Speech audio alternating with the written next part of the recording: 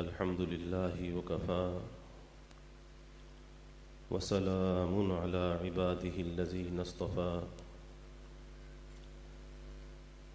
أما بعد فأعوذ بالله من الشيطان الرجيم بسم الله الرحمن الرحيم لقد جاءكم رسول من أنفسكم عزيز عليه ما عنتم حريص عليكم بالمؤمنين رؤوف رحيم قال النبي صلى الله عليه وسلم لا يؤمن أحدكم حتى أكون أحب إليه من ولده ووالده والناس أجمعين وقال رسول الله صلى الله عليه وسلم من أحب سنتي فقد أحبني ومن أحبني كان معي جنة أو كما قال عليه الصلاة والتسليم رب اشرح لي صدري ويسر لي أمري واحلل عقدة من لساني يفقه قولي سبحانك لا علم لنا إلا ما علمتنا إنك أنت العليم الحكيم إن الله وملائكته يصلون على النبي يا أيها الذين آمنوا صلوا عليه وسلموا تسليما اللهم صل على محمد عبدك ورسولك وصل على المؤمنين والمؤمنات والمسلمين والمسلمات صدق الله العظيم وصدق رسوله النبي الكريم ونحن على ذلك لمن الشاهدين والشاكرين والحمد لله رب العالمين۔ اللہ رب العزت کا بے حد کرم اور احسان ہے، اللہ تعالیٰ نے ہمیں اس ماہ ربیع الاول کی ان آخری ساعتوں میں، ان بابرکت لمحات میں مل بیٹھنے کا یہ موقع عطا فرمایا۔ اللہ تعالیٰ ہم سب کو اس مل بیٹھنے کو قبول فرمائے اور اسے اللہ اپنی محبت کا، اپنے حبیب صلی اللہ علیہ وسلم کی محبت کا اللہ اسے ذریعہ بنائے۔ ماہ ربیع الاول کا مہینہ ہر سال آتا ہے اور ہم میں سے ہر شخص زندگی کی جتنی بہاریں گزار چکا ہے اتنی مرتبہ اس کی زندگی میں ماہ ربیع الاول کا مہینہ آیا اور رخصت ہو گیا، اور یہ مہینہ بھی اب رخصتی کے قریب ہے۔ یہ ماہ ربیع الاول جب آتا ہے تو یہ کچھ پیغام لاتا ہے، کچھ پیغام ہمیں دے کر جاتا ہے، لیکن ہماری کیفیت یہ ہے کہ وقتی طور پر اس مہینے کے آنے کے بعد کچھ ہلچل سی ہوتی ہے، اور جب یہ مہینہ رخصت ہوتا ہے تو پھر عشق رسول اور محبت رسول کے جو جذبات ہوتے ہیں وہ بھی ٹھنڈے ہو جاتے ہیں۔ محبت رسول اور عشق رسول کا کیا صرف اتنا ہی تقاضا ہے، اور ہمارے محبوب صلی اللہ علیہ وسلم کا ہم پر کیا اتنا ہی حق ہے کہ ہم سال میں چند دن ذکر رسول صلی اللہ علیہ وسلم کر لیں اور اس کے بعد سارے سال کے لیے فارغ ہو جائیں، اس ذکر کو فراموش کر دیں، پھر آئندہ سال کا ہم انتظار کریں؟ کیا اس کو ہم عشق رسول اور محبت رسول کہہ سکتے ہیں؟ عاشق جو ہوتا ہے وہ تو اپنے محبوب کے لیے بے چین ہوتا ہے، عاشق اپنے محبوب کے لیے بہانے تراشتا ہے کہ کس طرح سے میں اس کو یاد کروں، کس طریقے سے میں اس کا ذکر کروں۔ تو یہ کیسا عشق ہے، یہ کیسی محبت ہے؟ ایک طرف ہم اپنی زندگیوں کو دیکھتے ہیں، سب کے سامنے ہے، کچھ ڈھکا چھپا نہیں ہے۔ ایک طرف ہم صحابہ کی زندگیوں کو دیکھتے ہیں کہ جن کے لیے ہم قسم کھا کر بھی یہ بات کہہ سکتے ہیں، اور ہم کیوں نہ قسم کھائیں کہ جن کے لیے جن کی فضیلتیں اللہ قرآن میں بیان کرتا ہے کہ وہ سچے عاشق رسول تھے، ان کے دل میں محبت رسول صلی اللہ علیہ وسلم تھی، وہ اپنے محبوب کی ایک ایک ادا پر عمل کرنے کے لیے اور اپنے محبوب کے اشاروں پر اپنی جانیں اور اپنے مال قربان کرنے کے لیے ہر وقت آمادہ رہتے تھے۔ کیا یہ جذبہ ہمارے اندر بھی ہے؟ یہ صحابہ کی کیفیت تھی۔ اور پھر اس سے بڑھ کر ہمارے محبوب صلی اللہ علیہ وسلم کی کیا کیفیت ہے، اور اس امت کے ساتھ، جس امت کے ہم بھی فرد ہیں اور بلا استحقاق کے بن مانگے اللہ نے یہ فضیلت اور یہ شرف، یہ سعادت ہمارے ساتھ جوڑ دی ہے، اس امت کے لیے اللہ کے حبیب صلی اللہ علیہ وسلم نے کیسی کیسی قربانیاں دی ہیں، اور کس طرح سے ہر ہر موقع پر اس امت کو یاد رکھا ہے، اس امت کو فراموش نہیں کیا۔ آج ہم بھی سوچیں کہ ہم اپنے نبی کو یاد رکھتے ہیں؟ کیا ہماری زندگی میں یاد رسول ہے؟ جیسے آپ صلی اللہ علیہ وسلم کی حیات طیبہ میں امت کی یاد موجود تھی، اور کوئی وقت ایسا نہیں گزرتا تھا کہ جب آپ اپنی امت کو یاد نہ کرتے ہوں، آپ نے کبھی اسے فراموش نہیں کیا۔ تو ہمیں اپنا بھی ذرا جائزہ لینا چاہیے کہ اللہ نے ایسے نبی کا دامن ہمیں عطا کیا کہ جو تمام انبیاء کا سردار، سید الاولین والآخرین، سید البشر، خیر البشر، تمام انبیاء کے سردار ہیں، ان کا دامن اللہ نے ہمیں عطا کیا۔ تو کیا ہم کہہ سکتے ہیں کہ ہم اپنے نبی کے ساتھ کوئی وفا کا تعلق رکھتے ہیں؟ اور وفا کہتے کس چیز کو ہیں؟ وفا کس چیز کا نام ہے؟ تو ایک ہماری زندگی ہے، ایک صحابہ کی زندگی، اور ایک ہمارے محبوب صلی اللہ علیہ وسلم کی حیات طیبہ، جس کو اللہ نے قرآن میں کہا لَقَدْ كَانَ لَكُمْ فِي رَسُولِ اللَّهِ أُسْوَةٌ حَسَنَةٌ، کہ تمہارے لیے بہترین اسوہ، بہترین طریقہ اگر کوئی ہے، کیا مطلب؟ کہ جس کو فالو کیا جائے، جس کی پیروی کی جائے، جس کی اطاعت کی جائے، جس کے راستے پر چلا جائے۔ کوئی اگر راستہ ہے، کوئی اگر طریقہ ہے، اور اللہ اس کی گواہی دے رہا ہے، وہ کس کا طریقہ ہے؟ وہ اللہ کے حبیب صلی اللہ علیہ وسلم کا طریقہ ہے۔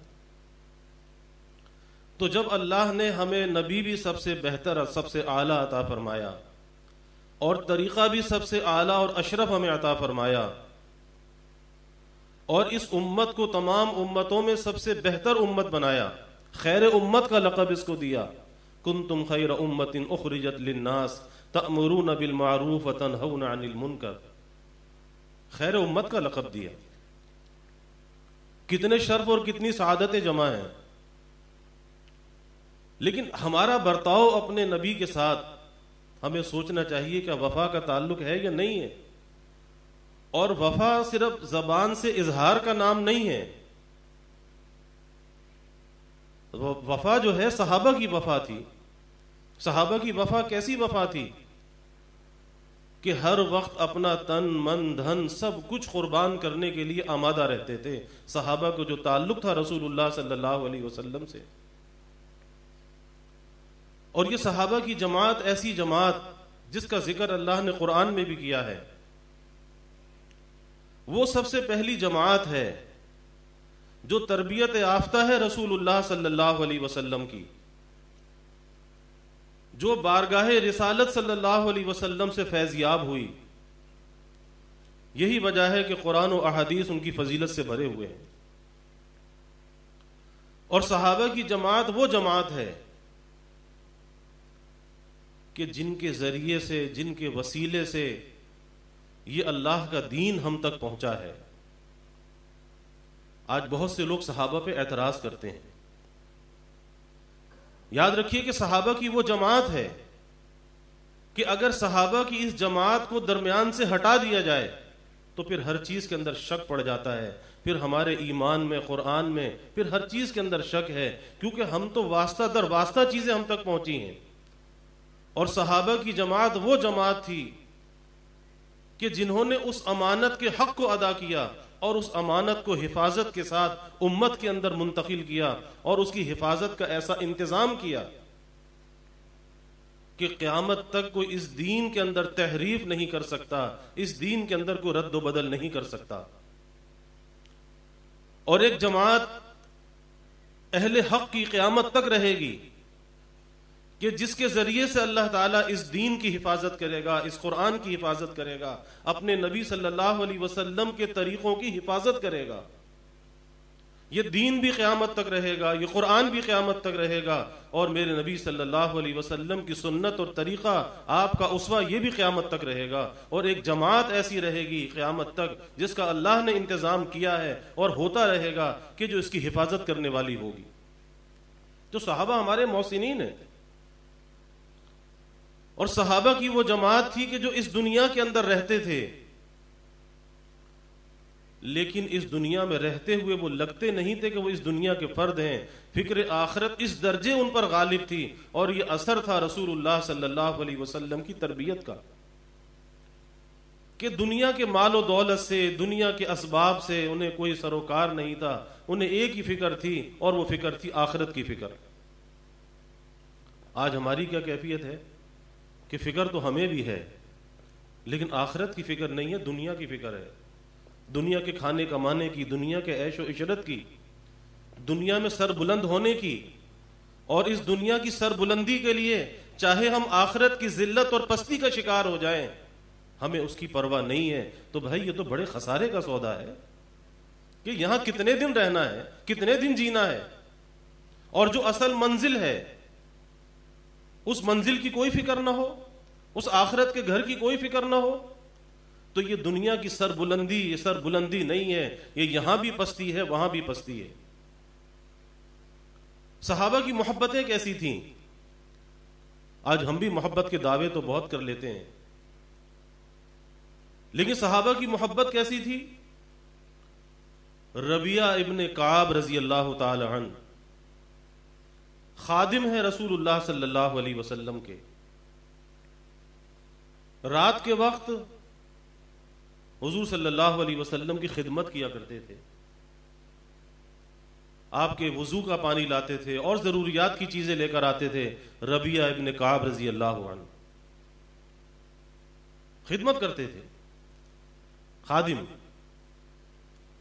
اور پھر ایک مرتبہ جب ان کی خدمت سے آپ کا دل خوش ہوا تو آپ نے پوچھا کہ ربیعہ مانگ کیا مانگتا ہے؟ کون کہہ رہے ہیں؟ دو جہاں کے سردار رحمت کائنات صلی اللہ علیہ وسلم مانگ کیا مانگتا ہے؟ قسمت کھل گئی، کیونکہ جو آپ کے لبوں سے جو نکل جائے وہی مل جائے. آج ہم بھی سوچیں کہ ہم سے کہا جائے مانگ کیا مانگتا ہے تو کیا مانگیں گے؟ لیکن وہی بات کہ صحابہ کی وہ جماعت تھی کہ جن کے نفوس ایسے مجلہ اور مزکہ تھے رسول اللہ صلی اللہ علیہ وسلم کی صحبت بابرکت کی وجہ سے، کہ دنیا کی محبت کا کوئی شائبہ بھی ان کے اندر نہیں تھا. کیا مانگا؟ کہا کہ یا رسول اللہ صلی اللہ علیہ وسلم میں جنت میں آپ کا ساتھ چاہتا ہوں، جنت میں آپ کا ساتھ چاہتا ہوں. آپ نے فرمایا کہ اور کچھ، اس کے علاوہ بھی اور کچھ؟ کہا کہ نہیں یا رسول اللہ صلی اللہ علیہ وسلم اس کے علاوہ اور کچھ نہیں چاہتا، بس میں جنت میں آپ کا ساتھ چاہتا ہوں. آپ نے فرمایا کہ اگر جنت میں تم میرا ساتھ چاہتے ہو تو تم کثرت سے نمازیں پڑھنا، اور جب تم کثرت سے نمازیں پڑھو گے، نماز کی مشقت کو برداشت کرو گے، میں اللہ کے دربار میں تمہاری سفارش کروں گا، اور اللہ کے دربار میں جب میں تمہاری سفارش کروں گا تو تمہیں جنت میں میرا ساتھ نصیب ہو جائے گا۔ کیا راستہ دکھایا؟ نماز کا راستہ دکھایا۔ اور آج نماز میں سب سے زیادہ سستی اور غفلت ہے، کہ جس کا سب سے پہلے حساب ہونے والا ہے، کہ میدان حشر میں جس کی نماز صحیح نکلے گی اس کے باقی اعمال بھی صحیح نکلیں گے، لیکن آج سب سے زیادہ کوتاہی ہے تو نماز کے اندر ہے، چاہے مرد ہو یا خواتین ہو، لیکن ہر ایک نماز کی کوتاہی کا شکار ہے۔ آپ دیکھ لیجئے کہ ہماری بستیاں، ہماری آبادیاں کتنی گنجان ہیں، لیکن مسجد میں نمازیوں کی تعداد کتنی ہے؟ اگر سب لوگ پابندی سے نماز پڑھنے والے ہوں، یہ مسجدیں کم پڑ جائیں، مسجدوں میں جگہ نہ ملے۔ آج یہ کیفیت ہے۔ تو صحابہ کو کیا فکر تھی کہ اللہ نے جس طرح سے دنیا میں رسول اللہ صلی اللہ علیہ وسلم کی معیت نصیب فرمائی، آپ کی صحبت نصیب فرمائی، تو جنت میں جا کر بھی ہمیں حضور کا ساتھ نصیب ہو جائے۔ صحابہ کے دل میں یہ فکر تھی۔ ایک اور صحابی ہیں، رسول اللہ صلی اللہ علیہ وسلم کے آزاد کردہ غلام ہیں، حضرت ثوبان رضی اللہ تعالی عنہ۔ ایک مرتبہ حضور صلی اللہ علیہ وسلم کی خدمت میں آئے اور آ کر عرض کیا کہ یا رسول اللہ صلی اللہ علیہ وسلم، آج ایک بات مجھے بہت پریشان کر رہی تھی، اس لیے میں آپ کی بارگاہ میں چلا آیا، اور وہ بات یہ پریشان کر رہی تھی کہ ہم آپ کی مجلس میں بیٹھے ہوتے ہیں، آپ کی صحبت میں ہوتے ہیں، ہماری آنکھوں کو سرور ملتا ہے، دل کو تسلی ملتی ہے، آنکھوں کو ٹھنڈک حاصل ہوتی ہے، پھر آپ کی صحبت سے گھر چلے جاتے ہیں، گھر جا کے پھر آپ کی یاد ستاتی ہے، پھر آپ کے قدموں میں آ جاتے ہیں، پھر آپ کی صحبت مل جاتی ہے، پھر دل کو قرار آ جاتا ہے۔ لیکن آج یہ بات مجھے پریشان کر رہی تھی کہ دنیا سے ہم نے بھی جانا ہے، دنیا سے آپ نے بھی جانا ہے،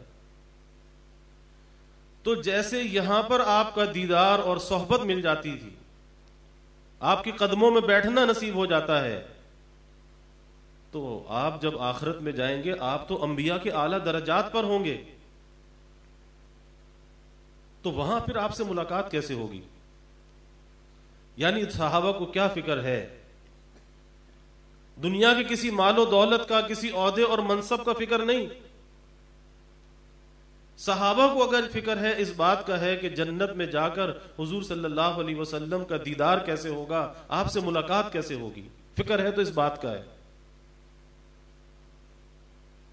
جب یہ بات کی کہ وہاں پر کیا ہوگا، اللہ کے حبیب صلی اللہ علیہ وسلم نے سکوت فرمایا، اور صحابہ کی طلب اور تڑپ ایسی تھی کہ اللہ قرآن پاک کی آیات نازل فرماتا تھا، ان کے سوالوں کا جواب قرآن میں آتا تھا۔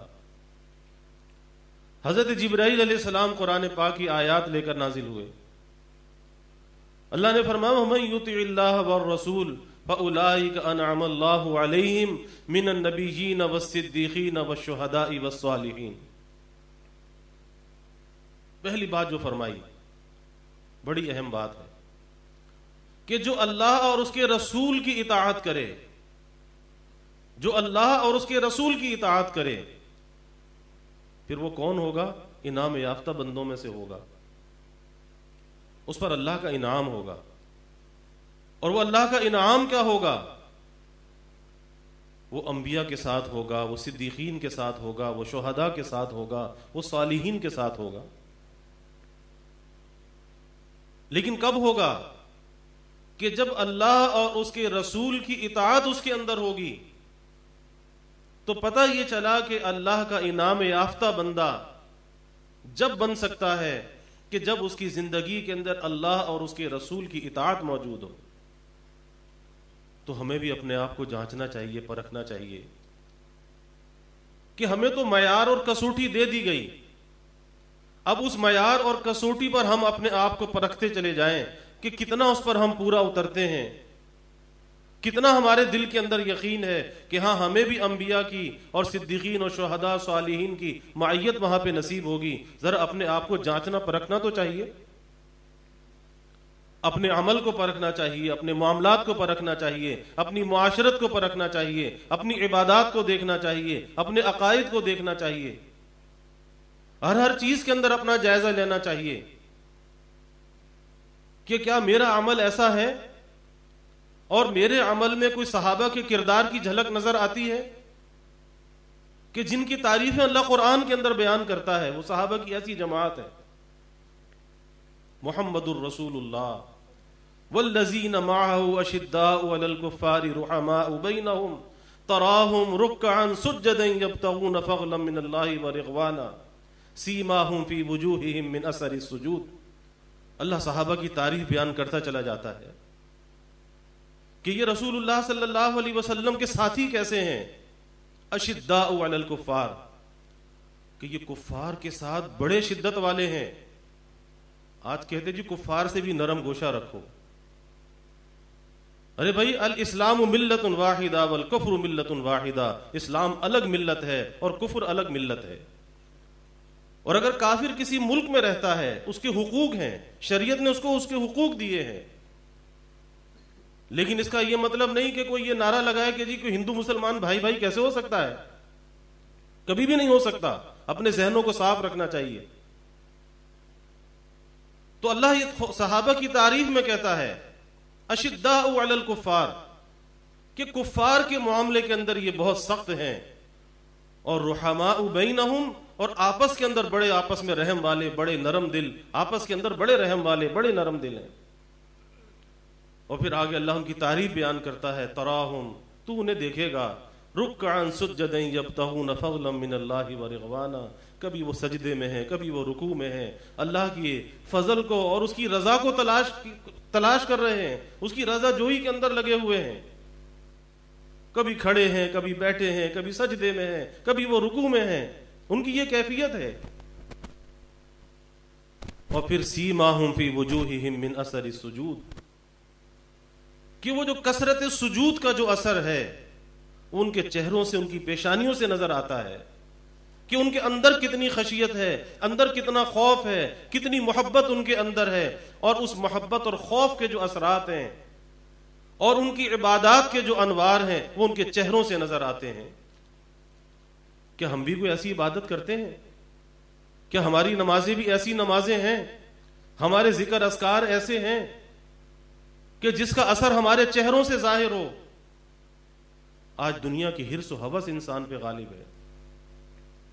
یہی وجہ ہے کہ اسے عبادت کی لذت کا پتہ نہیں، اسے تلاوت کی اور ذکر کی لذت کا پتہ نہیں کہ اس میں کیا حلاوت ہے، سجدوں میں کیا لذت اور حلاوت ہے، کیونکہ دنیا کی مادیت آج انسان کے اوپر غالب ہے۔ اور جب دنیا کی مادیت غالب ہے تو سجدہ بھی ہے تو وہ دنیا کی محبت کے ساتھ ہے کہ دنیا دل میں گھسی ہوئی ہے۔ کیسے لذت حاصل ہوگی، کیسے اس کے اثرات اور انوار حاصل ہوں گے؟ تو یہ صحابہ کی وہ جماعت ہے کہ جنہوں نے رسول اللہ صلی اللہ علیہ وسلم سے ایسی محبت کی۔ غزوہ تبوک کا موقع آیا، مسلمانوں کے حالات کمزور تھے، سخت گرمی کا زمانہ تھا، اللہ کے حبیب صلی اللہ علیہ وسلم نے اعلان جہاد فرما دیا۔ اب لوگ اپنا سامان لا کر جمع کرانے لگے۔ حضرت عثمان ابن عفان رضی اللہ تعالی عنہ نے 100 اونٹ ممائے ساز و سامان کے دیے، پھر 200 اونٹ دیے، پھر 300 اونٹ دیے، پورے ساز و سامان کے ساتھ۔ اللہ کے حبیب صلی اللہ علیہ وسلم کا دل اتنا خوش ہوا، فرمایا کہ اب اس کے بعد عثمان جو چاہے کرے، اس پر کوئی پکڑ نہیں۔ آج تو لوگ اللہ کے راستے میں خرچ کرنے میں سوچتے ہیں، اور وہ صحابہ تھے۔ حضرت عمر رضی اللہ تعالیٰ عنہ آئے، سامان لے کر آئے، آپ کے پاس سامنے رکھ دیا، پوچھا کہ عمر کیا لے کر آئے؟ حضرت عمر رضی اللہ عنہ نے یہ سوچا، کیونکہ صحابہ کی یہ کیفیت تھی کہ وہ نیکی میں ایک دوسرے پر سبقت لے جانا چاہتے تھے. فاستبقوا الخیرات، قرآن بھی ہم سے کہتا ہے کہ نیکی میں ایک دوسرے پر سبقت لے جاؤ. آج ہم نیکی میں تو سبقت لے جانے کی کوشش نہیں کرتے، ہاں گناہوں کے اندر کوشش کرتے ہیں کہ دوسرے سے آگے بڑھ جائیں. تو حضرت عمر رضی اللہ تعالی نے دیکھا کہ اس وقت حضرت ابو بکر کے پاس مال کم ہے، تو میں اس دفعہ زیادہ مال لے کر جاتا ہوں تاکہ اس مرتبہ تو ابو بکر سے میں سبقت لے جاؤں. جب اپنا مال لے کر پہنچے حضور صلی اللہ علیہ وسلم کی خدمت میں، پوچھا کہ عمر کیا لے کر آئے، پیچھے کیا چھوڑ کر آئے؟ کہا جی جو مال تھا اس کا نصف لے آیا اور نصف پیچھے چھوڑ آیا. حضرت ابو بکر رضی اللہ عنہ بھی تشریف لے آئے. کون ہے ابو بکر رضی اللہ عنہ؟ کہ انبیاء علیہم الصلوۃ والسلام کے بعد سب انسانوں میں سب سے افضل ترین اگر کوئی ہستی ہے وہ سیدنا ابو بکر صدیق رضی اللہ عنہ ہے، اور جن کے لیے اللہ کے حبیب صلی اللہ علیہ وسلم نے فرمایا کہ اس دنیا میں جس نے مجھ پر کوئی احسان کیا میں نے اس کے احسان کا بدلہ ادا کر دیا، لیکن ابو بکر کے احسانات کا بدلہ میں ادا نہیں کر سکا، اس کے جو احسانات کا بدلہ ہے وہ اللہ ادا کرے گا، میں اس کے احسانات کا بدلہ ادا نہیں کر سکا. حضرت ابو بکر رضی اللہ عنہ اپنا سامان لے کر آئے، پیش کر دیا. پوچھا کہ ابو بکر کیا لے کر آئے، پیچھے کیا چھوڑ کر آئے؟ کہا کہ یا رسول اللہ صلی اللہ علیہ وسلم جو کچھ تھا سب لے آیا، گھر میں اللہ اور اس کے رسول کا نام چھوڑ کر آیا. اب بظاہر کمیت کے اعتبار سے حضرت ابو بکر کا مال کم تھا، حضرت عمر رضی اللہ عنہ کا زیادہ تھا، لیکن اللہ کے یہاں کمیت کو نہیں دیکھا جاتا، اللہ کے یہاں کیفیت کو دیکھا جاتا ہے کہ وہ کل تھا وہ نصف تھا. تو یہ صحابہ کی کیفیت تھی. ہم بھی ذرا اپنا جائزہ لیتے جائیں. ہمارا یہ مل بیٹھنا بھائی ایک فکر کے لیے ہے کہ ہم صحابہ کے واقعات کو سنیں، اپنے نبی صلی اللہ علیہ وسلم کی سیرت کو سنیں، اور پھر اپنی زندگی کو اس پر پرکھیں کہ ہماری زندگی کس پیمانے کے اوپر ہے، اور کیا کل جب اللہ کے سامنے پیشی ہوگی کوئی چیز ہمارے پاس ہے کہ جو آپ کے سامنے اللہ کے سامنے پیش کر سکیں؟ کیا اللہ کے سامنے پیش کریں گے؟ اور یہ دنیا کی زندگی تو بھائی فانی ہے، فانی ہے، اور ہر انسان جو ہے وہ فنا کی طرف بڑھ رہا ہے. ہر انسان اپنی موت سے قریب ہو رہا ہے، قبر سے قریب ہو رہا ہے، لیکن دھوکہ لگا ہوا ہے. کہتے جی عمر بڑھ رہی ہے، حالانکہ عمر تو گھٹ رہی ہے. تو سوچنا چاہیے کہ انجام آگے کیا ہوگا. یہ صحابہ کی کیفیت تھی، اور حضور صلی اللہ علیہ وسلم کو اس امت کے ساتھ کیسا تعلق تھا کہ ساری ساری رات ایک آیت پڑھتے ہوئے آپ گزار دیتے تھے. آپ کے پاؤں مبارک پر ورم آ جاتا تھا. کس کے لیے دعائیں کرتے تھے، کس کے لیے اللہ سے مانگتے تھے؟ اس امت کے لیے. ان تعذبهم فانهم عبادك وان تغفر لهم فانك انت العزیز الحکیم. اے اللہ اگر آپ انہیں عذاب دیں تو یہ آپ کے بندے ہیں، اور اگر آپ انہیں معاف کر دیں تو آپ زبردست حکمت والے ہیں. ایک ایک آیت ساری ساری رات پڑھتے پڑھتے آپ گزار دیتے تھے. کس کے لیے؟ امت کے لیے. کیسا اس امت کے ساتھ تعلق تھا؟ حدیث میں واقعہ آتا ہے کہ ایک مرتبہ آپ صلی اللہ علیہ وسلم زار و قطار رو رہے ہیں، زار و قطار رو رہے ہیں. اللہ نے حضرت جبرائیل علیہ السلام کو بھیجا کہ جاؤ محبوب سے پوچھو کہ رونے کا سبب کیا ہے. یوں تو اللہ عالم الغیب والشہادہ ہے، لیکن جبرائیل علیہ السلام کو بھیجا گیا آپ کی دلجوئی کے لیے کہ پوچھو کیا رونے کا سبب کیا ہے. جبرائیل آئے کہ اللہ پوچھتا ہے کہ آپ کے رونے کا سبب کیا ہے. آپ نے فرمایا کہ میری امت، یہ رونا جو ہے امت کے لیے ہے کہ امت کا کیا بنے گا، امت کا کیا بنے گا. جبرائیل علیہ السلام آسمانوں پر گئے، کہا کہ یہ آپ کے رونے کا سبب امت ہے. کہا کہ محبوب سے کہہ دو کہ امت کے معاملے میں آپ کو راضی کریں گے، ناراض نہیں کریں گے. جبرائیل علیہ السلام جب پیغام لے کر آئے کہ اللہ یوں فرماتا ہے کہ امت کے معاملے میں آپ کو راضی کیا جائے گا، امت کے معاملے میں ناراض نہیں کیا جائے گا۔ تو آپ نے کیا فرمایا؟ آپ نے فرمایا کہ میں تو اس وقت تک راضی نہیں ہوں گا جب تک اپنے ایک ایک امتی کو بخشوا کر جنت میں نہ لے جاؤں، اس وقت تک میں راضی نہیں ہوں گا۔ کس کے ساتھ تعلق ہے؟ ہم سے تعلق ہے، امت سے تعلق ہے، اور امت کی کتنی فکر ہے۔ اسی طرح جب قرآن پاک کی آیت آئی وَلَسَوْفَ يُعْطِيكَ رَبُّكَ فَتَرْضَىٰ، کہ تیرا رب تجھے اتنا دے گا کہ تجھے راضی کر دے گا، آپ نے فرمایا کہ میں اس وقت تک راضی نہیں ہوں گا جب تک کہ ایک ایک فرد کو بخشوا کے جنت میں نہ لے جاؤں اپنی امت کے، اس وقت تک میں راضی نہیں ہوں گا۔ کیسا امت کے ساتھ تعلق ہے؟ تو امت کو بھی دیکھنا چاہیے کہ اپنے نبی کے ساتھ امت کا کیا تعلق ہے۔ اور ایک روایت میں آتا ہے، آپ نے ایک مرتبہ صحابہ سے فرمایا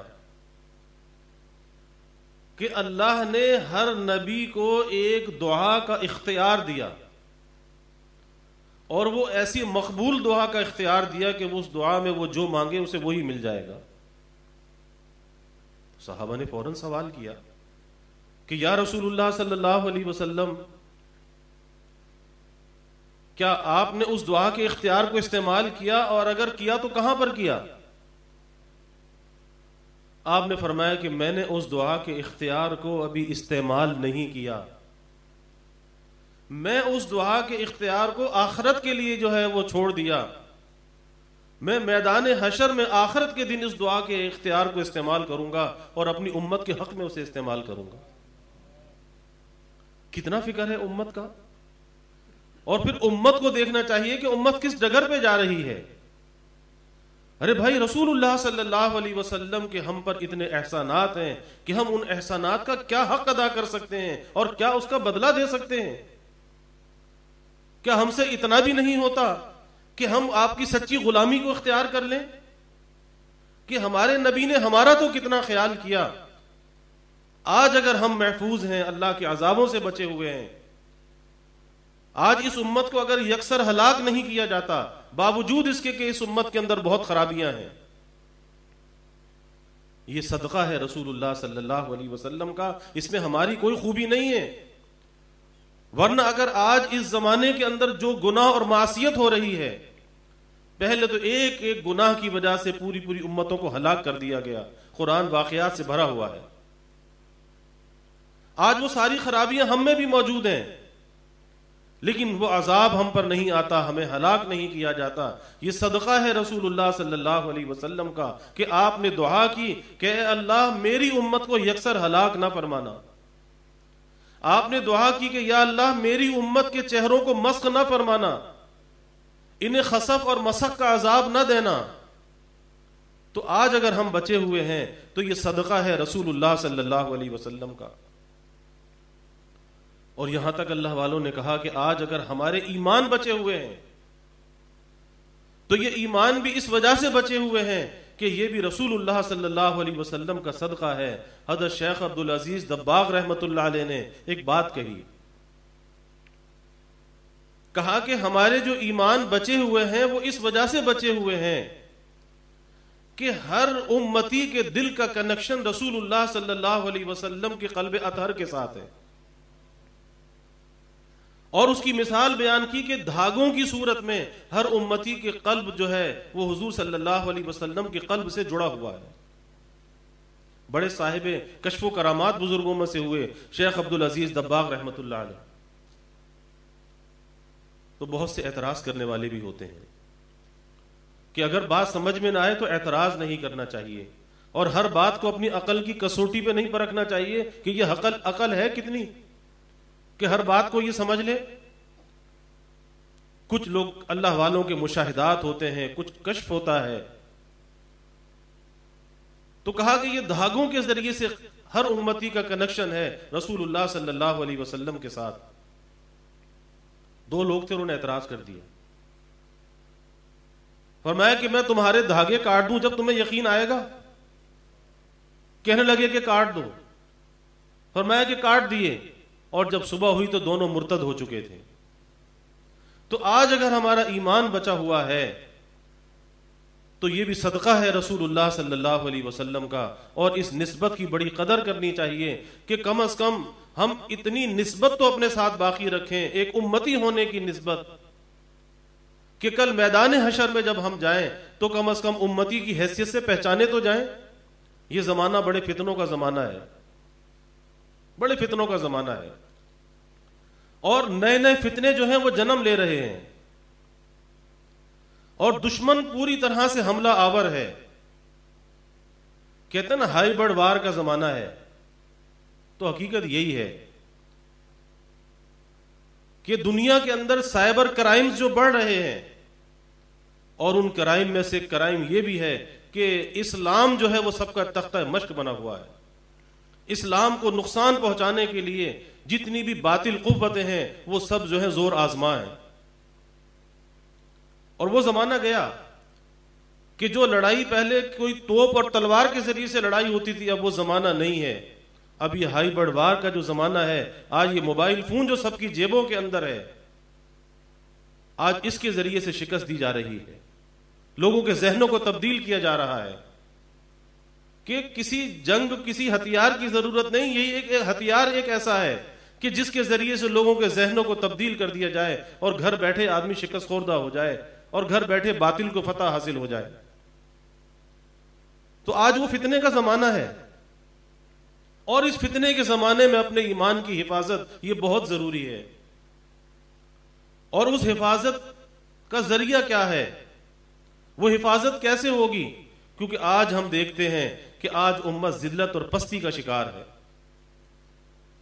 تنزلی کا شکار ہے، مشکلات بجائے گھٹنے کے بڑھ رہی ہیں۔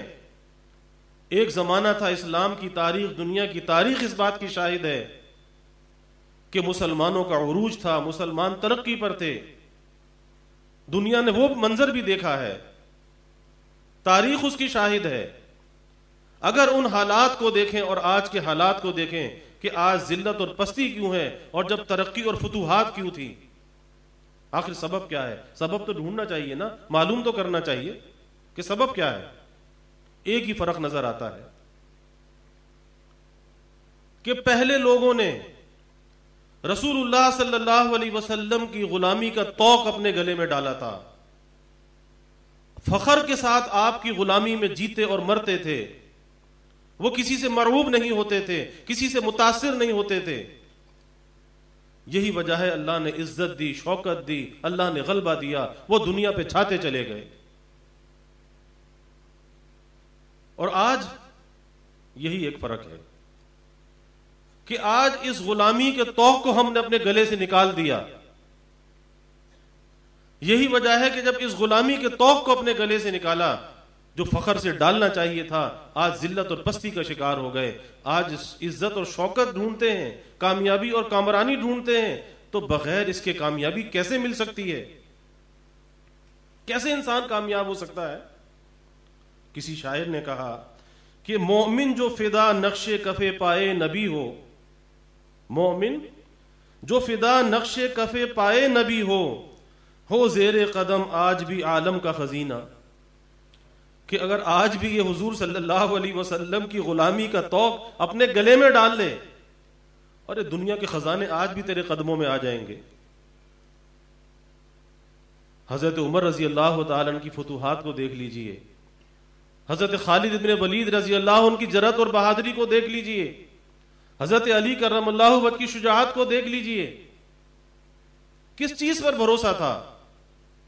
اس پر تھا کہ ہم غلام ہیں رسول اللہ صلی اللہ علیہ وسلم کے، اللہ کی مدد ہمارے ساتھ ہے، اور اللہ کی مدد کا مشاہدہ ہوتا تھا، اللہ کی مدد کا مشاہدہ ہوتا تھا۔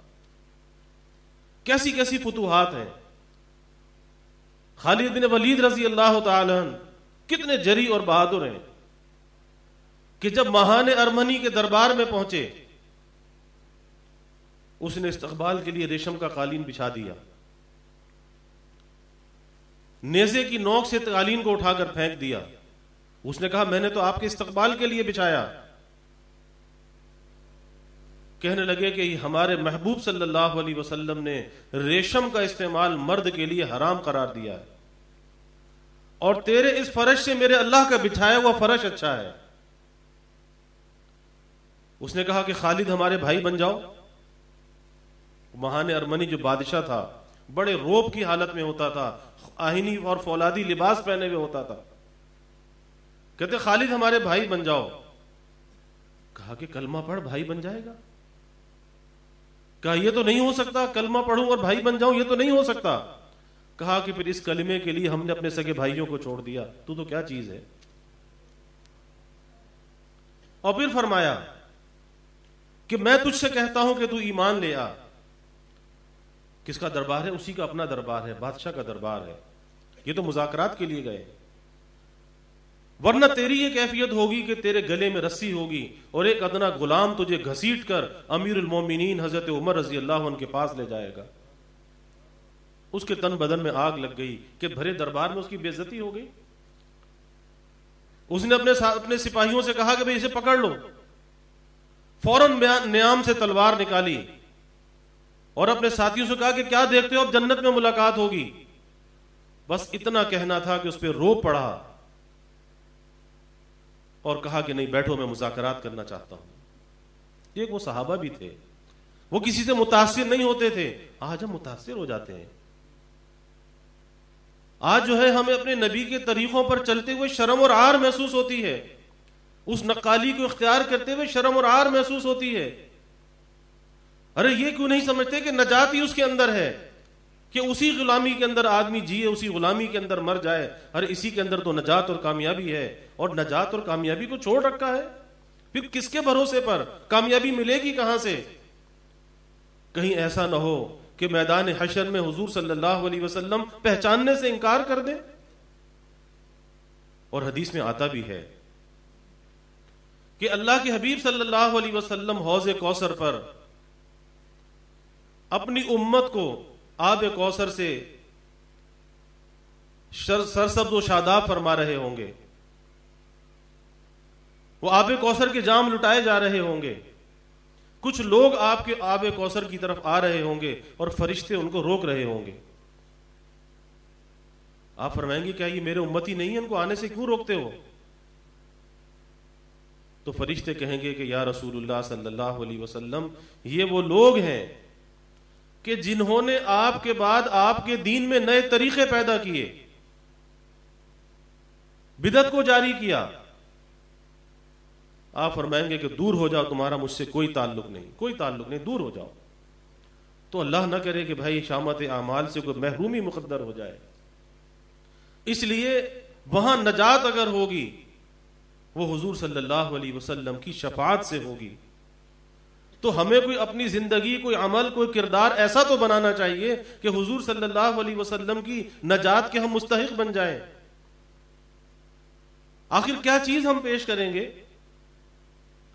ہم ایک خواب و خیال کی اس دنیا کے اندر جی رہے ہیں اور حقیقت سے بہت دور ہیں، اور پھر اپنے کو ہم بڑا قابل، بڑا سمجھدار بھی کہتے ہیں، بڑا ہوشیار اور بڑا زیرک بھی کہتے ہیں، جبکہ حقیقت یہ ہے کہ اگر کوئی عقل مند ہے تو عقل مند کی پہچان تو یہی ہے کہ وہ اپنے نبی کی غلامی کو اختیار کر لے، اور جو اس غلامی کو اختیار نہیں کرتا تو پھر وہ عقل سے استعفیٰ دیے ہوئے ہے۔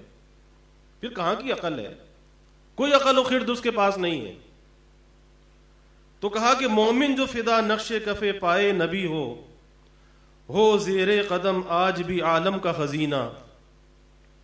یہ دنیا آج بھی قدموں میں آ سکتی ہے، گر سنت نبوی کی کرے پیروی امت،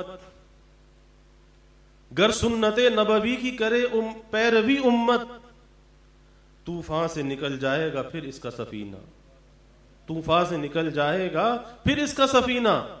کہ یہ سفینہ اگر طوفان سے نکالنا چاہتے ہیں اور اسے کسی ساحل اور کنارے پر لگانا چاہتے ہیں تو بھائی کنارہ بھی تو ہمارے پاس ایک ہی ہے، اور تو کوئی کنارہ بھی نہیں ہے۔ اس کنارے سے اگر اپنا سفینہ لگا دیا تو بیڑا پار ہو جائے گا، ورنہ پھر منجدہار میں جو ہے وہ بھٹکتے رہیں گے، پھر کامیابی کہاں سے ملنے والی ہے؟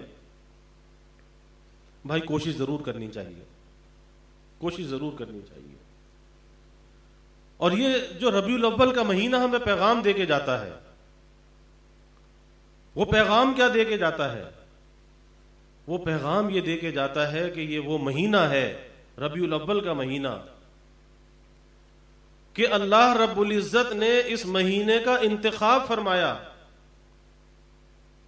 رحمت کائنات صلی اللہ علیہ وسلم کی ولادت بسعادت کے لیے اس مہینے کا انتخاب فرمایا کہ آپ ربیع الاول کے مہینے میں آپ کی ولادت ہوئی، آپ دنیا میں تشریف لائے، اور آپ کا دنیا میں تشریف لانا اس کائنات کی سب سے بڑی خوشی، کیونکہ آپ وجہ خلق کائنات ہیں، خلقت میں اول ہیں، بعثت میں آخر ہیں، اس لیے آپ کو سید الاولین کہا جاتا ہے اور سید الآخرین کہا جاتا ہے کہ خلقت کے اعتبار سے اول ہیں لیکن بعثت کے اعتبار سے آخر ہیں۔ تو اس مہینے کو یہ شرف حاصل ہوا کہ اللہ کے حبیب صلی اللہ علیہ وسلم اس دنیا میں تشریف لائے، اور پھر یہی مہینہ تھا ربیع الاول کا مہینہ کہ آپ صلی اللہ علیہ وسلم نے دنیا سے پردہ فرمایا، اسی مہینے میں فرمایا۔ تو جہاں آپ کے ولادت کی خوشی دنیا کی سب سے بڑی خوشی ہے، وہیں آپ کی وفات کا جو غم ہے وہ دنیا کا سب سے بڑا غم ہے، اس سے بڑا کوئی غم ہو نہیں سکتا۔ تو اب ایک انسان کو کیا کرنا چاہیے؟ اگر کوئی ولادت کی خوشی مناتا ہے، جشن مناتا ہے، تو آپ کی وفات کا غم موجود ہے، اور اگر وفات کا غم منانا چاہتا ہے تو ولادت کی خوشی موجود ہے۔ اس لیے علماء نے ایک نکتہ لکھا ہے کہ اس کی حکمت اور مصلحت یہ معلوم ہوتی ہے کہ کوئی ولادت کی خوشی منانا چاہے تو غم کا واقعہ موجود ہے، اور غم منانا چاہے تو ولادت کی خوشی موجود ہے۔ اب وہ کرے تو کیا کرے؟ اس کا مطلب یہ ہے جو صحابہ نے کیا وہ تمہیں کرنا چاہیے۔ اور صحابہ نے کیا کیا؟ صحابہ نے اپنے نبی صلی اللہ علیہ وسلم کا اتباع کیا۔ اس محبت کا جو اظہار ہے وہ آپ نے صحابہ نے اتباع کے ذریعے سے کیا کہ اپنے نبی کی زندگی کو اپنی زندگی کا حصہ بنا لیا، آپ کے ذکر کو اپنی زندگی کا حصہ بنا لیا، اور دنیا میں وہ جہاں بھی گئے اس خوشبو کو سارے عالم کے اندر پھیلا دیا۔ آج ہم بھی پھیلا سکتے ہیں، کوئی رکاوٹ نہیں ہے، لیکن ابتدا اپنی ذات سے ہے، اپنی ذات سے ابتدا کرنی ہوگی۔ تو ذکر رسول صلی اللہ علیہ وسلم وہ کسی مہینے اور دن کے ساتھ مقید نہیں ہے، یہ ذکر رسول صلی اللہ علیہ وسلم تو ایک ایسی چیز ہے، یہ تو زندگی کے ہر سانس کے ساتھ ہونا چاہیے۔ یہ ذکر رسول صلی اللہ علیہ وسلم یہ ہمارا اوڑھنا بچھونا ہونا چاہیے، یہ ہماری عادت اور اخلاق ہونا چاہیے، یہ ہمارے سانسوں کی خوشبو ہونی چاہیے۔ ہر وقت ذکر رسول ہو سکتا ہے، اور اس کے دو طریقے ہیں۔ پہلا طریقہ تو یہ ہے کہ اپنی زندگی کو سنت کے رنگ میں ڈالا جائے۔ جو رسول اللہ صلی اللہ علیہ وسلم کی سنت پہ عمل کر رہا ہے، ہر وقت وہ ذکر رسول کر رہا ہے، اس کے لیے کوئی ربیع الاول کی قید نہیں ہے، ذکر رسول کر رہا ہے۔ جو آدمی سنت کے مطابق پانی پی رہا ہے، سنت کے مطابق لباس پہن رہا ہے، سنت کے مطابق جوتے پہنتا ہے، مسجد جاتا ہے، مسجد سے باہر آتا ہے، ہر کام کو سوچ سوچ کر کرتا ہے کہ میرے محبوب کا طریقہ کیا تھا، اور ہمیں ان طریقوں کو معلوم کرنا چاہیے۔ عشق و محبت کا تقاضا بھی یہی ہے۔ تو جو سنت کے مطابق زندگی گزار رہا ہے، سنتوں پر عمل کر رہا ہے، اور صبح سے لے کے شام تک اپنے روز مرہ کے جن کاموں کو انجام دے رہا ہے سنت کے مطابق، سوچ سوچ کر میرے نبی کھانا کیسے کھاتے تھے، میرے نبی کے سونے کا انداز کیسے تھا، جاگنے کا انداز کیا تھا، سوتے وقت آپ کیا کرتے تھے، جاگتے وقت آپ کیا کرتے تھے۔ جب یہ سوچ اور فکر ہمارے ذہنوں میں آ جائے اور ہم اس کے مطابق عمل کرنے لگیں، ایسا شخص ہر وقت ذکر رسول کر رہا ہے، اس کے لیے کسی ربیع الاول کے انتظار کی ضرورت نہیں۔ تو عشق رسول کا تقاضا تو یہ ہے کہ ذکر رسول ہر وقت ہونا چاہیے، ہر سانس کے ساتھ ہونا چاہیے، اور ہو سکتا ہے۔ اور اگر ہم اتنے ہی بے ہمت ہیں، ہم کمزور ہیں، اور ہم ڈرتے ہیں کہ ہم ساری سنتوں پر کیسے عمل کریں، تو بھائی جتنا کر سکتے ہو اتنا تو شروع کر دو۔ ایک سنت پہ عمل کر سکتے ہو، ایک شروع کر دو، ایک سے شروع کر دو۔ ایک سنت دوسری سنت کی طرف لے جائے گی، دوسری سنت تیسری سنت کا راستہ کھول دے گی، لیکن اس صف میں ہمیں کھڑے تو ہو جانا چاہیے۔ اگر پیچھے بھی ہوئے اس صف کے اندر جو اس شاخ کی صف ہوگی، اگر پیچھے بھی ہوئے پھر بھی کام بن جائے گا، لیکن اس صف میں اپنے کو کھڑا کر لینا چاہیے۔ یوسف علیہ السلام کی نیلامی ہو رہی تھی، تو ایک بڑھیا تھوڑا سا سوت لے کر، دھاگا سوت جو ہوتا ہے وہ بھی بولی میں کھڑی ہوئی تھی. تو کسی نے کہا کہ بھائی تو یہاں پر کیسے آئی ہے، تیرے پاس کیا ہے؟ تو یوسف علیہ السلام کی نیلامی ہے. کہا جی میرے پاس یہ سوت ہے، اس سے خریدنے آئی ہوں. تو کہا کہ کیا پاگل پن کی بات ہے کہ اس سوت سے یوسف علیہ السلام کو خریدے گی؟ کہنے لگی کہ کل قیامت کے دن جو خریداران یوسف ہوں گے، اگر میں نہ خرید سکی تو ان خریداران یوسف میں میرا نام تو آ جائے گا کہ یہ بھی خریداروں میں سے تھی.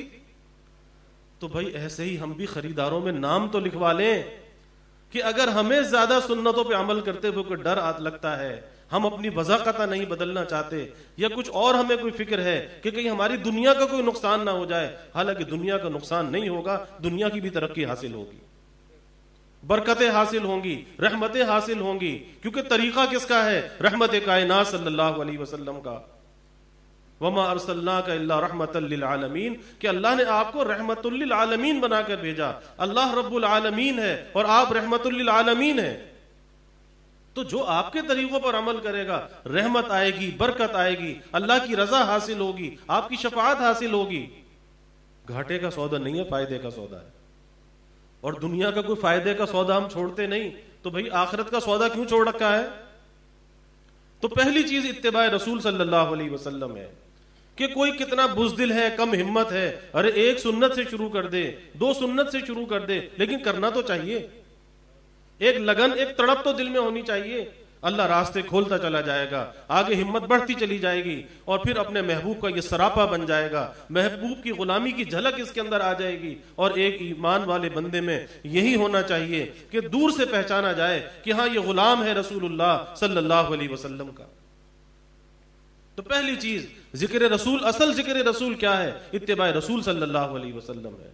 اور اس اتباع رسول صلی اللہ علیہ وسلم کے ساتھ ہم ہر وقت ذکر رسول کر سکتے ہیں، اس کے لیے ربیع الاول کی قید نہیں ہے.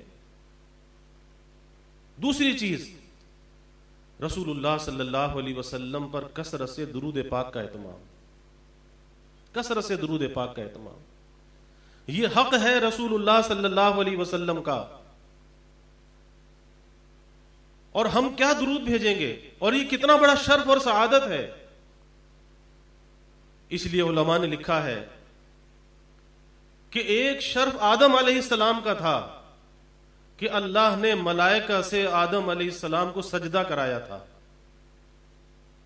لیکن رسول اللہ صلی اللہ علیہ وسلم کا یہ جو شرف ہے، آدم علیہ السلام کے شرف سے بڑا ہوا ہے. اللہ قرآن میں کہتا ہے ان اللہ وملائکتہ یصلون علی النبی، کہ بے شک اللہ اور اس کے فرشتے رحمت بھیجتے ہیں نبی صلی اللہ علیہ وسلم پر. وہاں سجدہ فرشتوں نے کیا تھا، اور یہاں اللہ کی عادت ہے، اللہ کے فرشتوں کی عادت ہے کہ وہ رحمت بھیجتے ہیں نبی کریم صلی اللہ علیہ وسلم پر. اور پھر ہم پر بھی فضل فرما دیا کہ اللہ اور اس کے فرشتوں کی عادت ہے. اور ظاہر ہے کہ جو بڑوں کا منصب ہوتا ہے، چھوٹوں کے اندر وہ اہلیت کہاں ہوتی ہے کہ وہ چیز ان کو بھی دے دی جائے. اللہ نے ہم پر احسان فرما دیا کہ جو اللہ اور اس کے فرشتوں کی عادت ہے اس میں ہمیں بھی شریک کر لیا. ہم جیسے گنہگار اور خطاکاروں کو شریک کر لیا.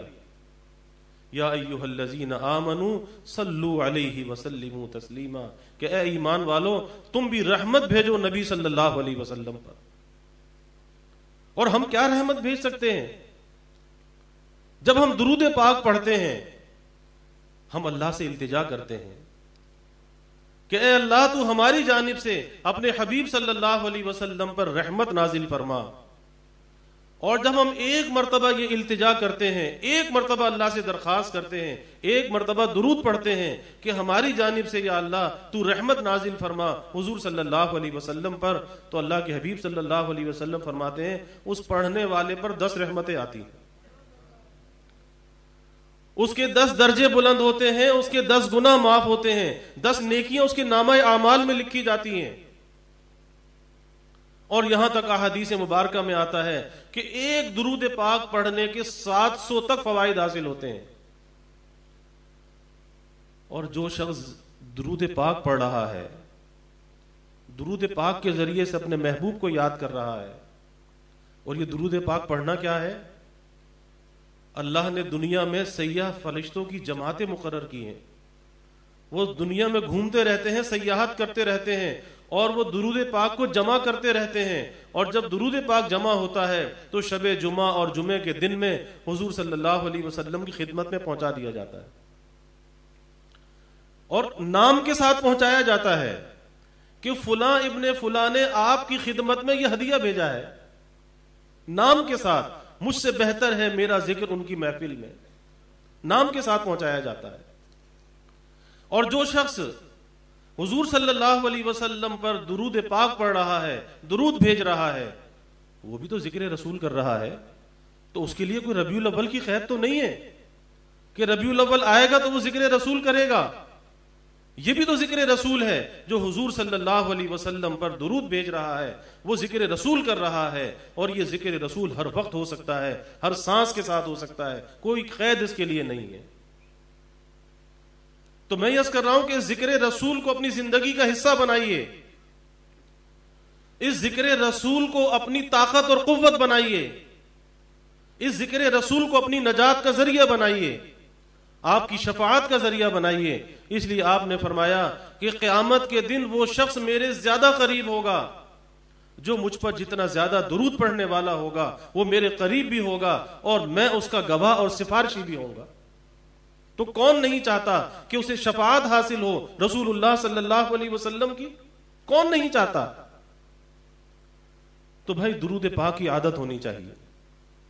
پھر میں وہی بات عرض کرتا ہوں کہ اگر ہم اتنے ہی کمزور ہیں، اتنے ہی بھول بھجکڑ ہیں کہ ہمیں یاد بھی نہیں رہتا، یاد تو رہنا چاہیے۔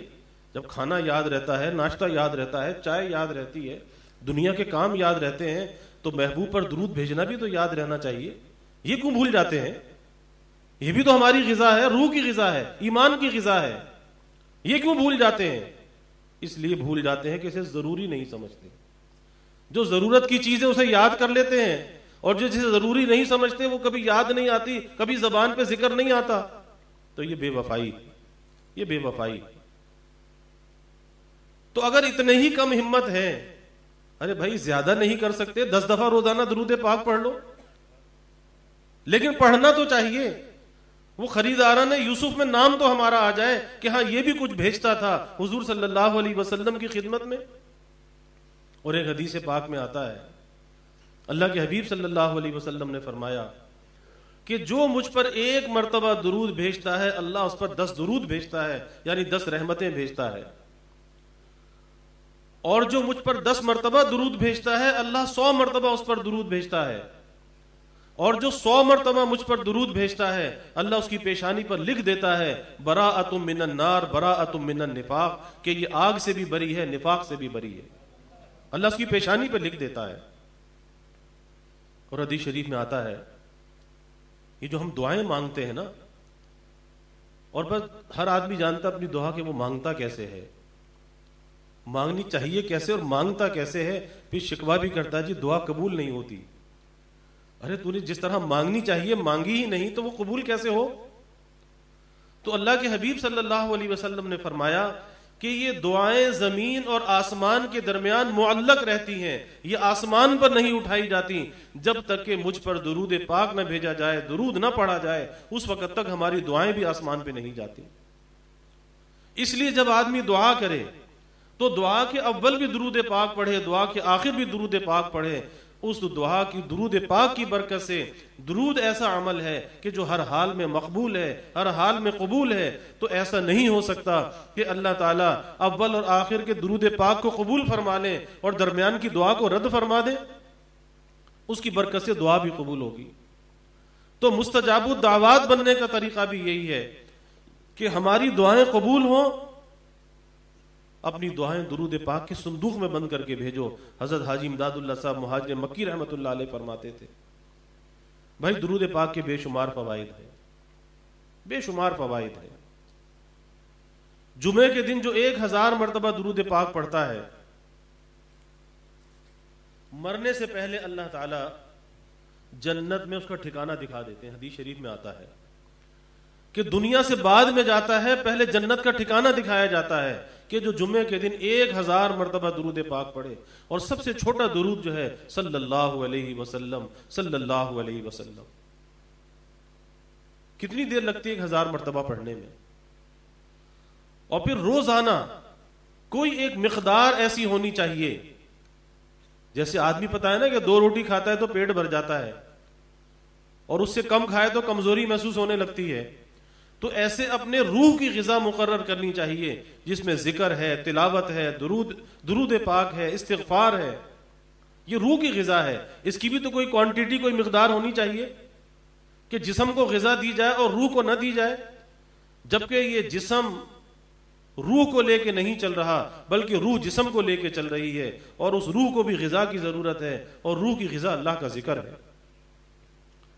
تو اس روح کو بھی غذا دینی چاہیے. اور درود پاک اس روح کی سب سے اعلیٰ غذا ہے، بہت اعلیٰ غذا ہے، کہ جو اللہ کی بارگاہ میں ہر حال میں مقبول ہے. اور درود پاک پڑھنے والا بھی اللہ کی بارگاہ میں مقبول ہو جاتا ہے، کیونکہ جب یہ اللہ سے بار بار التجا کرتا ہے، اس کا تعلق جڑ جاتا ہے رسول اللہ صلی اللہ علیہ وسلم کے ساتھ. تو بھائی ہمیں اپنے معمولات میں درود پاک کو شامل کرنا چاہیے. کوئی نہ کوئی ایسی مقدار ہونی چاہیے کہ ہم درود پاک کا اہتمام کریں. اور درود پاک کے بہت سے صیغے ہیں، اس میں سب سے چھوٹا جو درود ہے اور جو مسنون بھی ہے وہ صلی اللہ علیہ وسلم، صلی اللہ علیہ وسلم. اور درودوں میں سب سے افضل جو درود ہے وہ درود ابراہیمی ہے، جو ہم نماز میں پڑھتے ہیں.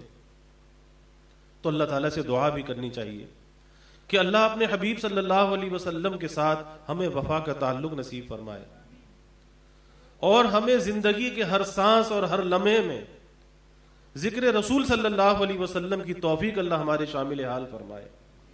کیونکہ رسول اللہ صلی اللہ علیہ وسلم نے بھائی جو محبتیں ہمیں دی ہیں، جو دعائیں ہمارے لیے کی ہیں، اور جو تعلق آپ صلی اللہ علیہ وسلم کو اس امت کے ساتھ تھا، یہ ہم پر قرض ہے. اب سوچنا چاہیے کہ ہم اس قرض کا کتنا صلہ ادا کر سکتے ہیں، اس قرض کو کتنا ادا کر سکتے ہیں. ہر آدمی کو سوچنا چاہیے. ایسا نہ ہو کہ بغیر قرض ادا کیے چلا جائے تو کل کیسے سامنے پیش ہوگا. یہ قرض ہے. کیا آپ کی محبتوں کا، آپ کی عنایتوں کا کیا حق ادا کر سکتے ہیں؟ کم از کم اتنا تو کریں کہ ہم درود پاک کا اہتمام کریں. اور یہ بات ذہن میں رکھیں کہ حضور صلی اللہ علیہ وسلم کو ہمارے درود پاک کی ضرورت نہیں، ہم اس کے محتاج ہیں. وہاں تو یہ کیفیت ہے کہ آپ صلی اللہ علیہ وسلم کے مواجہ شریفہ پر 70,000 فرشتے صبح آتے ہیں اور شام تک درود و سلام کے نذرانے پیش کرتے ہیں، اور 70,000 فرشتے شام کو آتے ہیں اور صبح تک درود و سلام کے نذرانے پیش کرتے ہیں. اور جو فرشتوں کی جماعت ایک دفعہ آ کر واپس جاتی ہے، حسرت سے واپس جاتی ہے کہ پھر دوبارہ اسے موقع نہیں ملتا. کتنا اللہ کا احسان ہے کہ اللہ بار بار ہمیں یہ توفیق عطا فرماتا ہے. تو بھائی ہمیں اللہ سے دعا بھی کرنی چاہیے کہ اللہ اپنے نبی کے ساتھ وفا کا تعلق نصیب فرمائے، اور آپ کی تعلیمات پہ ہمیں چلنے والا بنائے، اور زندگی کے ہر سانس کے ساتھ اللہ ہمیں ذکر رسول کی توفیق عطا فرمائے. اس لیے میں نے عرض کیا کہ ذکر رسول جو ہے یہ ایک ایسا ذکر ہے کہ یہ زندگی کے ہمہ وقت ہونا چاہیے. اس کے لیے کوئی دن کی، تاریخ کی، مہینے کی کوئی قید نہیں ہے. اس لیے محبت اور عشق کا تقاضا بھی یہی ہے کہ ہم اپنے عشق اور محبت کا جو اظہار ہے وہ ذکر رسول کے ذریعے سے کریں.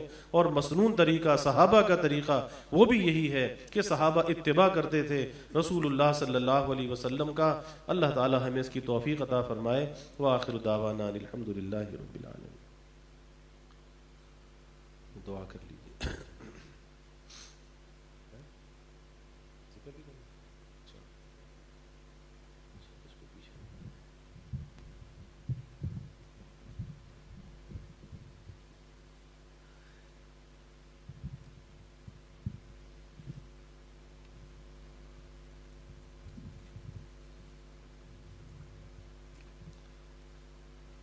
تھوڑا مختصر ہم ذکر کریں گے، پھر اس کے بعد دعا کریں گے. ذکر جو ہے یاد کو کہتے ہیں، اور اس کی ضد جو ہے وہ بھول اور غفلت ہے. یا آدمی ذاکر ہوتا ہے یا آدمی غافل ہوتا ہے. ان دونوں کے مابین تیسری کوئی حالت نہیں ہوتی. اس لیے اللہ کا ذکر، اللہ کا نام اس لیے لیا جاتا ہے کہ اللہ تعالیٰ کی یاد ہمارے دل کے اندر قائم ہو جائے، اللہ کا استحضار ہمارے دل میں آ جائے.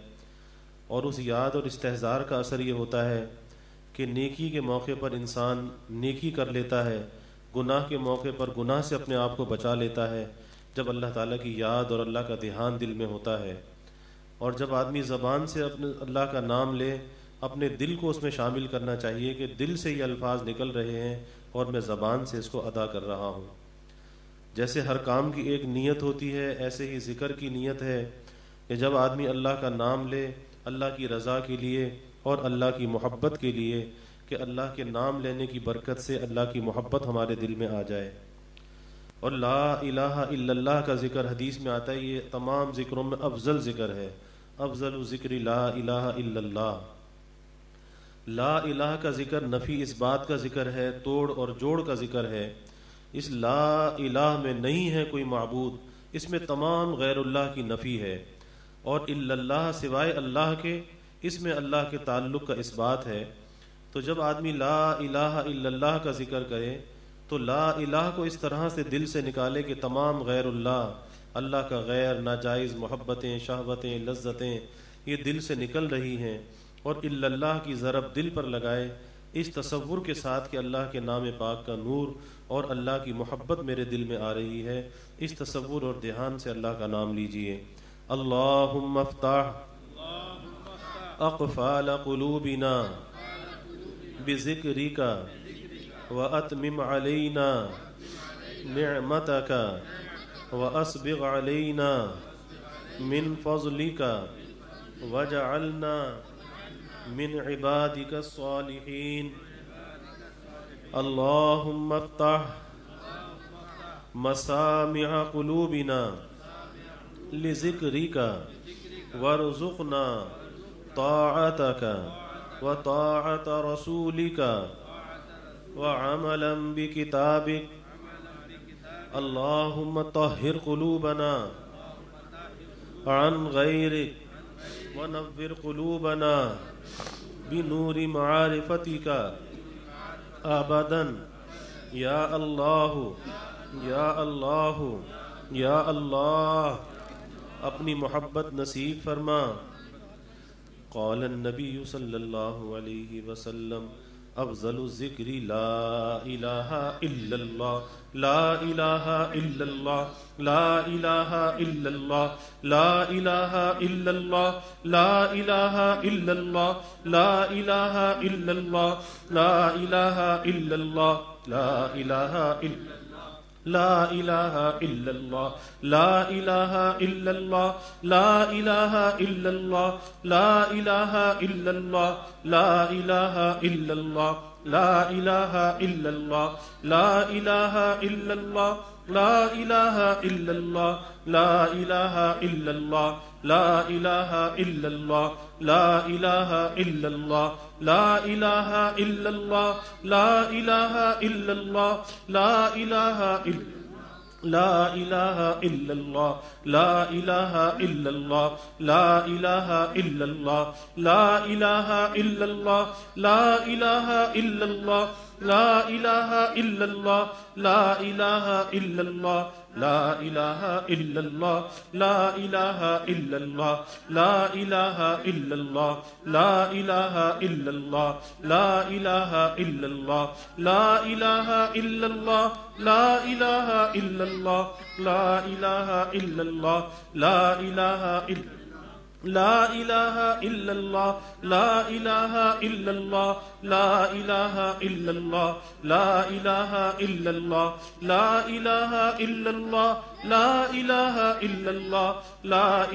الا اللہ لا الہ الا اللہ لا الہ الا اللہ لا الہ الا لا الہ الا اللہ لا الہ الا اللہ لا الہ الا اللہ لا الہ الا اللہ لا الہ الا اللہ لا الہ الا اللہ لا الہ الا اللہ لا الہ الا اللہ لا الہ الا لا الہ الا اللہ لا الہ الا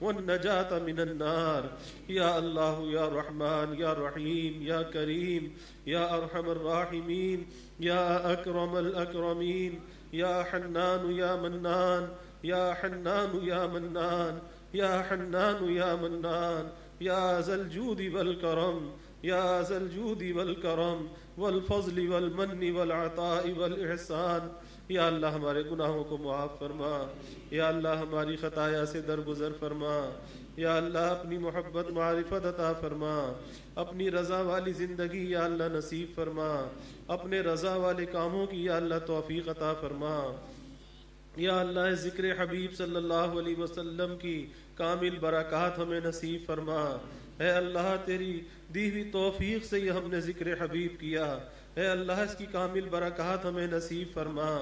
اپنے حبیب صلی اللہ علیہ وسلم کے ساتھ وفا کا تعلق نصیب فرما. اے اللہ ہمیں ہمہ وقت ذکر حبیب صلی اللہ علیہ وسلم کی توفیق عطا فرما. ہمیں کامل اطاعت کی یا اللہ توفیق عطا فرما. آپ کے طریقوں کی محبت اور عظمت یا اللہ ہمارے دلوں میں پیدا فرما. آپ کی تعلیمات کا اتباع کرنے والا بنا. اے اللہ غیروں کی نقالی سے ہماری حفاظت فرما. اپنے حبیب کی نقالی کی توفیق عطا فرما. آپ کی غلامی میں جینے اور مرنے کی توفیق عطا فرما. اے اللہ اپنے نبی کے ساتھ وفا کا تعلق نصیب فرما. یا اللہ صحابہ کی، خلفائے راشدین کی، اہل بیت کی محبت اور عظمت ہمارے دلوں میں پیدا فرما. اے اللہ ہمیں ختم نبوت کا محافظ بنا اور ناموس رسالت کا، ناموس صحابہ کا یا اللہ ہمیں محافظ بنا. اے اللہ ادنا سا سپاہی بنا. اے اللہ ذکر حبیب کی برکت سے اس گھر میں، سب کے گھروں میں یا اللہ خیر و برکت فرما. اے اللہ اس گھر کو، سب کے گھروں کو خوشیوں سے، نعمتوں سے، راحتوں سے یا اللہ بھر دے. سب کی مشکلات اور پریشانیوں کو دور فرما دے. اے اللہ سب کو راحتیں عطا فرما، نعمتیں عطا فرما، برکتیں عطا فرما. یا اللہ سب کی تکالیف اور پریشانیوں کو دور فرما. اے اللہ سب کو اپنا بنا لے، اپنے پیارے بندوں میں شامل فرما لے. اے اللہ ہم سب یہاں پر جمع ہوئے تیری محبت کے لیے، تیرے حبیب صلی اللہ علیہ وسلم کے ذکر کو سننے کے لیے. اے اللہ ذکر حبیب کی برکت سے تو ہمیں اپنا پیارا بنا لے، اپنا محبوب بنا لے. اس ذکر پر جو انعامات ہیں ظاہری اور باطنی، اے اللہ وہ ہمیں عطا فرما. ہمیشہ ہمیں ذکر حبیب کی توفیق عطا فرما. ذکر حبیب کے انوار سے ہمارے قلوب کو منور فرما، ہماری روح کو مجلہ مزکہ فرما. اے اللہ اپنے نبی کے ساتھ وفا کا تعلق نصیب فرما. یا اللہ ذکر حبیب کی برکت سے جتنے بھی حاضرین ہیں یا اللہ سب کے دلوں میں جو نیک ارادے ہیں، خواہشات ہیں، یا اللہ بعافیت اس کی تکمیل فرما. سب کی حاجات کو پورا فرما، سب کی پریشانیوں کو دور فرما.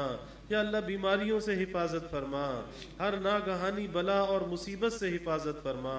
زمینی آسمانی آفات سے یا اللہ حفاظت فرما، موذی امراض سے یا اللہ حفاظت فرما.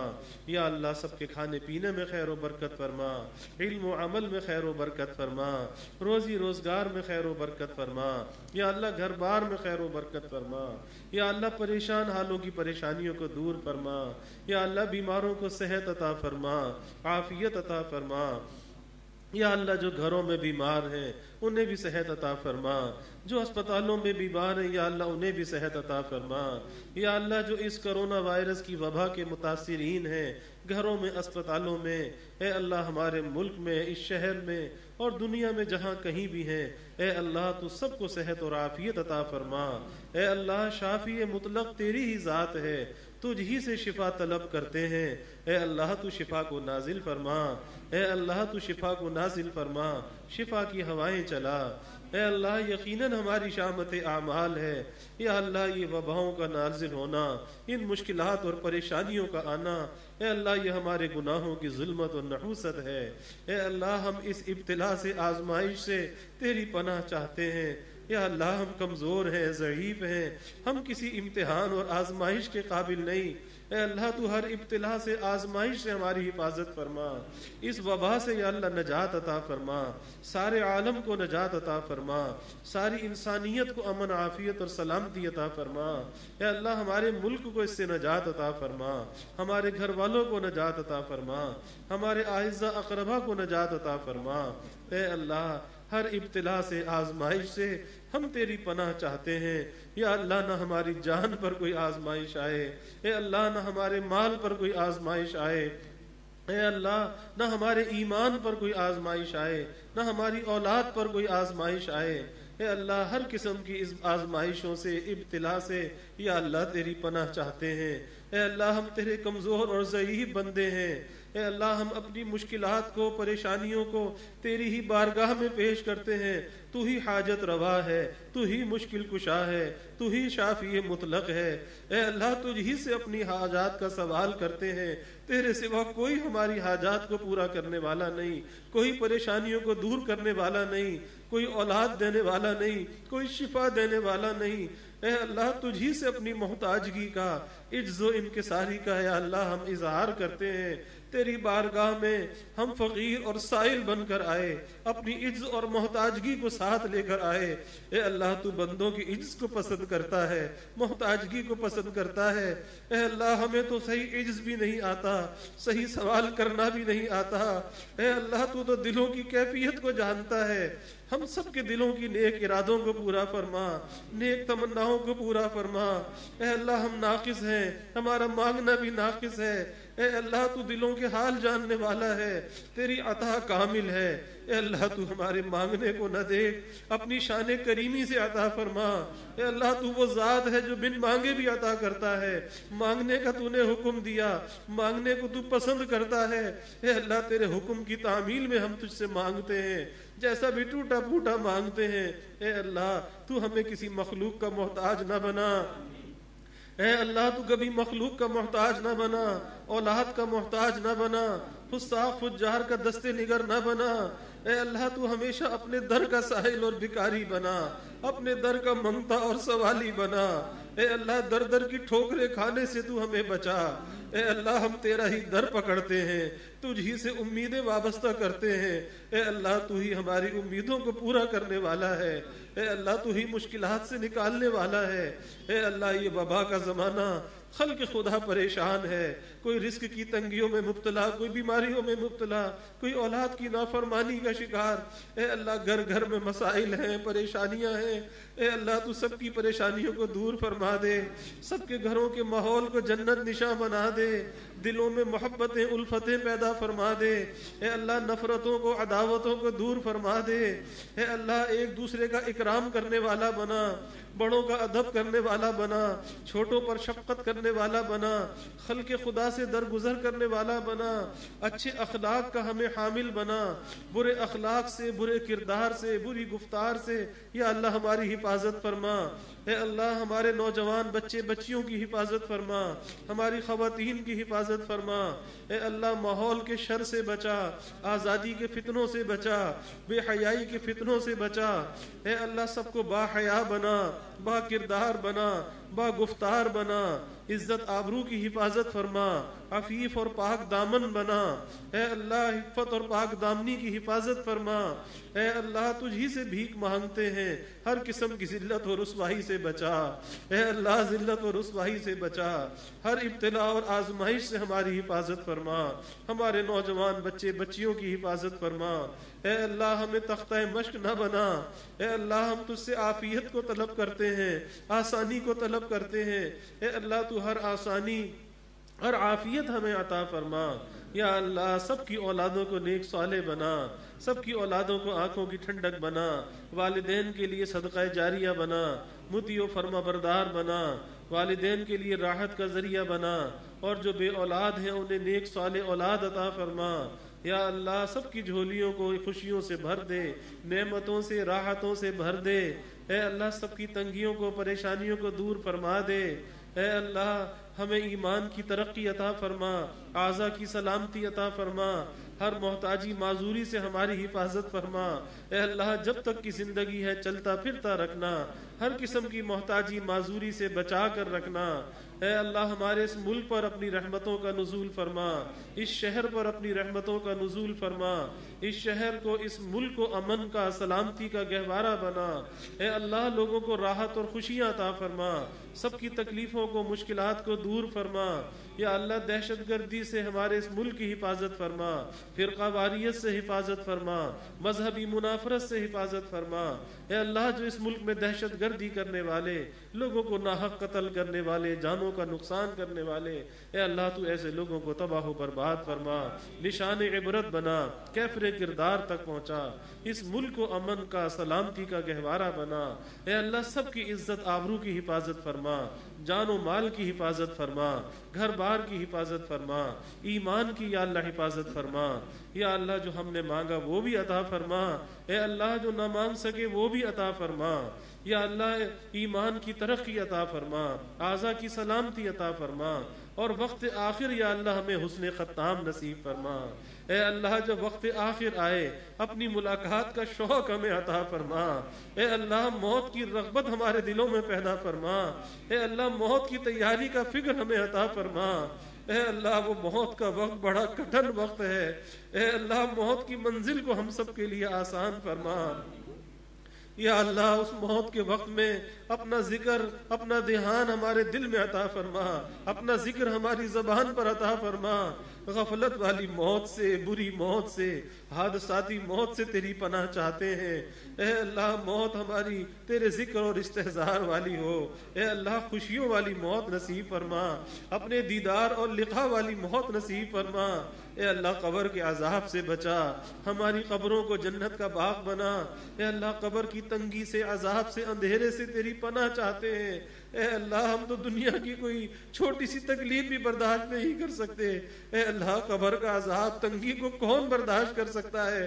اے اللہ تیری پناہ چاہتے ہیں، تو ہماری قبروں کو جنت کا باغ بنا۔ اے اللہ میدان حشر کی ذلت اور رسوائی سے بچا۔ اے اللہ جیسے یہاں دنیا میں ستاری فرمائی، اے اللہ تو وہاں بھی ستاری فرما۔ اے اللہ تو نہ یہاں ہمیں رسوا فرما، نہ وہاں ہمیں رسوا فرما۔ ہماری شامت اعمال سے تو ہماری حفاظت فرما۔ اے اللہ تیری ستاریت کی چادر سے ہمیں ڈھانپ لینا۔ اے اللہ تو ہمیں رسوا نہ فرمانا۔ یا اللہ وہاں پہ اولین اور آخرین جمع ہوں گے، سارے انبیاء ہوں گے، سید الانبیاء صلی اللہ علیہ وسلم ہوں گے، ہمارے ماں باپ ہوں گے، ہمارے مشائخ ہوں گے۔ اے اللہ تو سب کے سامنے ہمیں رسوا نہ فرمانا۔ اے اللہ اپنے حبیب صلی اللہ علیہ وسلم کی شفاعت نصیب فرما۔ اے اللہ آپ کی شفاعت نصیب فرما، آپ کی شفاعت سے ہمیں جنت کا ٹھکانہ عطا فرما۔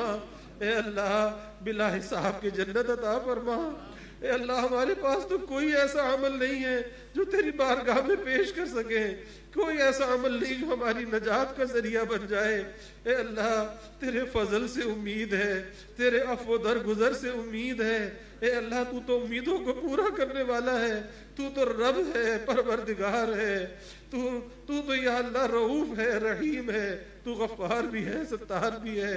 اے اللہ تو ہمیں رسوا نہ فرمانا، اے اللہ وہاں کی رسوائی سے بچا لینا۔ اے اللہ بلا حساب کی جنت عطا فرما، اے اللہ بلا حساب کی جنت عطا فرما۔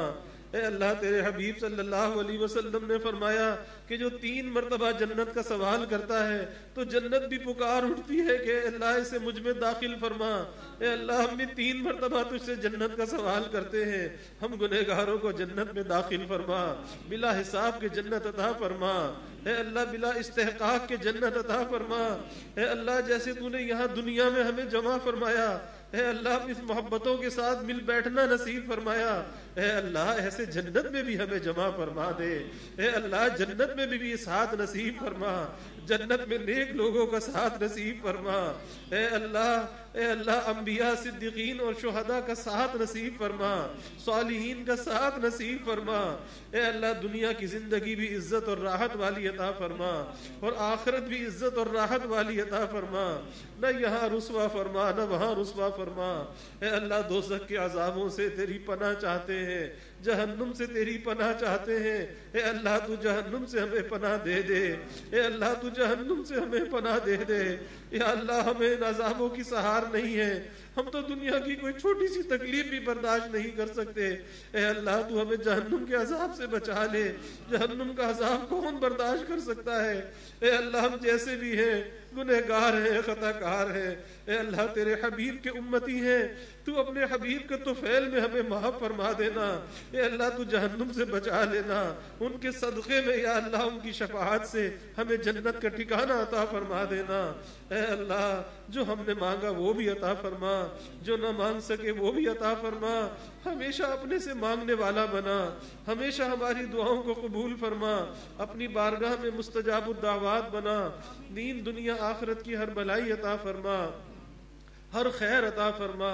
ہر شر سے ہر فتنے سے حفاظت فرما، اے اللہ عطا کا معاملہ فرما، جود و سخا کا معاملہ فرما، ہماری خطا سے درگزر فرما، ہماری خطا پہ نظر نہ فرما، اے اللہ ہماری خطا پہ نظر نہ فرما، اے اللہ ہمیشہ ہمارے ساتھ جود و سخا کا معاملہ فرما، ربنا تقبل منا انك انت السميع العليم وتب علينا انك انت التواب الرحيم وجزى الله عنا محمدا صلى الله عليه وسلم ما هو اهله وصلى الله تعالى وسلم على النبي الكريم آمين آمين برحمتك يا أرحم